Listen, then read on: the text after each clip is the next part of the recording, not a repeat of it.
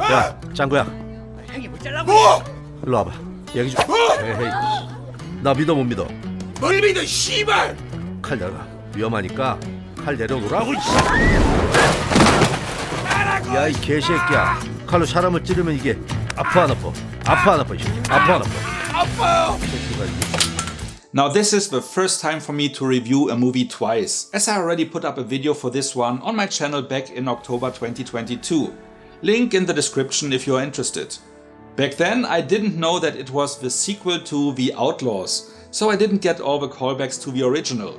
After finally watching part 1, I rewatched the sequel. Did that change my perspective? And the rating? Hi there, it's Micha. Join me for this review video to find out.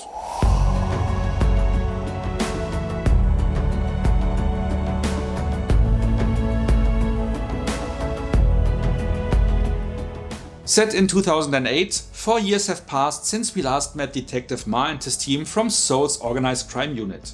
This time he and his captain are sent to Vietnam to retrieve Yu, a criminal and Korean national, from their embassy where he has turned himself in. Not buying it that Yu just felt remorse all of a sudden, Ma interrogates the crook in the Room of Truth.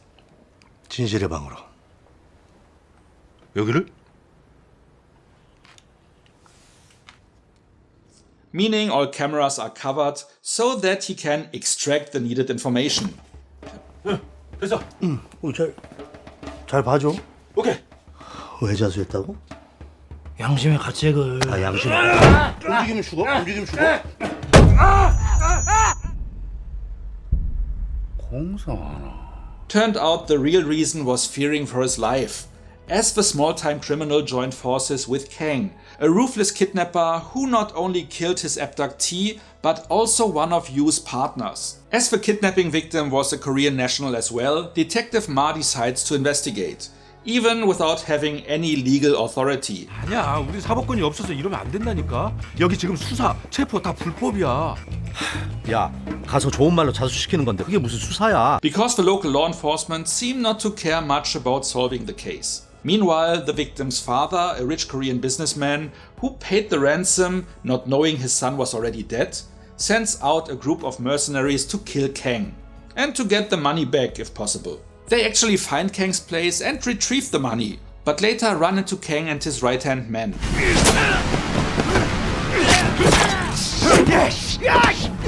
After Kang killed the mercenaries, he and his associate encounter Ma. 이리 와, 이 씨발.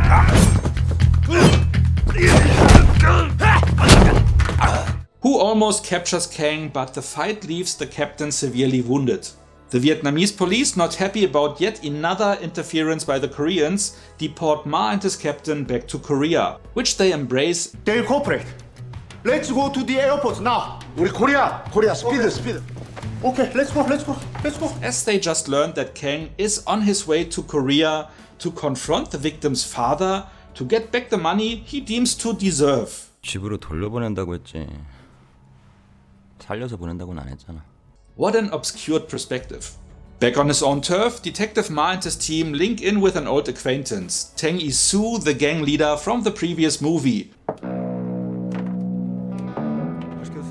who turns out is not dead and now runs an export service. With his connections and not really voluntary help, Ma plans to find out Kang's whereabouts. And this will not remain the only thing with which Tang is asked to assist.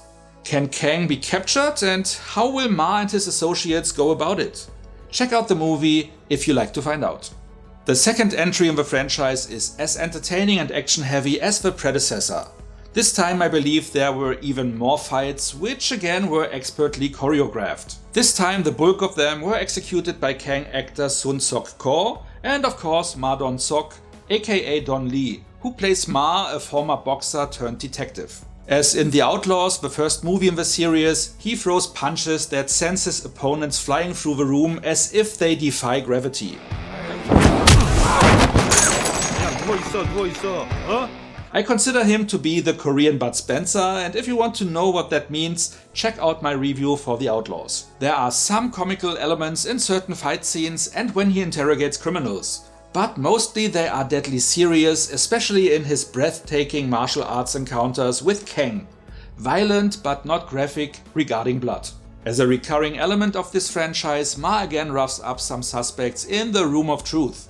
When I watched this movie the first time, as I stated in my review back in 2022, that threw me off quite a lot, as I never liked cops beating information out of criminals, no matter for what reason. Now, after seeing the first movie and rewatching this one, I knew what to expect and leaned into this running gag, although it still left a slightly bitter taste in my mouth. I guess it is tougher than I thought to silence the little voice in my head that keeps reminding me of how wrong that is, even though it is just a movie. It may surprise you that again this story is inspired by true events, though of course told with a big scoop of artistic license. By the way, the time jump between the first two movies from 2004 to 2008 almost exactly reflects the real time between releasing them, which happened in 2017 and 2022. The next two movies were released in 2023 and 2024 respectively, with the latter one just hitting theaters now, and the next one is already announced. There they jump forward a bit quicker, with part 3 taking place in 2015 and the fourth one in 2018, so they are catching up quick.